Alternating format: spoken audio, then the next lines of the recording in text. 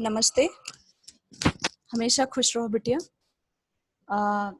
I JVN Preeti Singh, Faculty of Pharmaceutical Science, Jyoti Vidyapeeth, Women's University.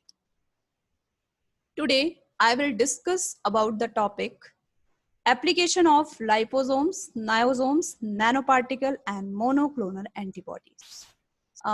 In last topic, I was discuss about the short introduction of the liposome, niosomes, nanoparticle, and monoclonal antibodies. Now we discuss about the next session. In this session, uh, only application of liposomes. So introduction was covered in last session. So now we'll discuss about the application of liposomes and niosomes and nanoparticle and monoclonal antibodies.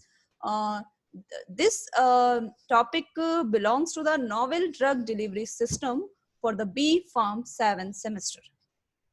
So now we move to the application. Now we move to the application of niosomes and liposomes. Both are relevant. Both are relevant application, not a specific differentiation in both of this delivery system.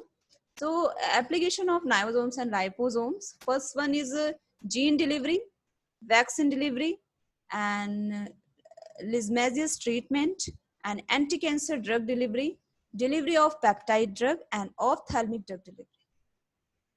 Chronic obstructive pulmonary disease and drug delivery. So the next one is brain targeted drug delivery system and targeting of bioactive agent to reticuloendothelial system and to organ other than RES. Niosomes are carriers for hemoglobin, and transdermal drug delivery system is also the application of the niosomes and neosomes.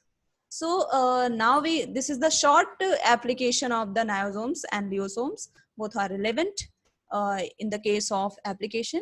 So now we come to the application of nanoparticle. Application of nanoparticle intracellular targeting.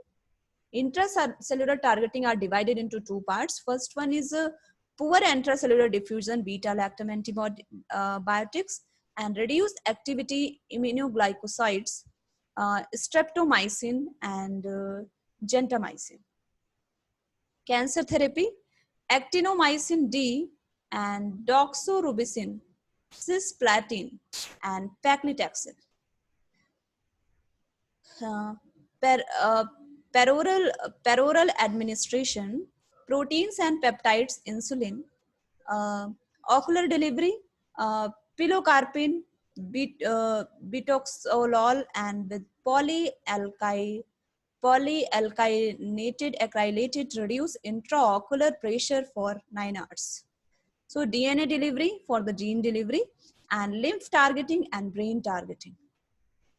So now we come to the application of monoclonal antibodies.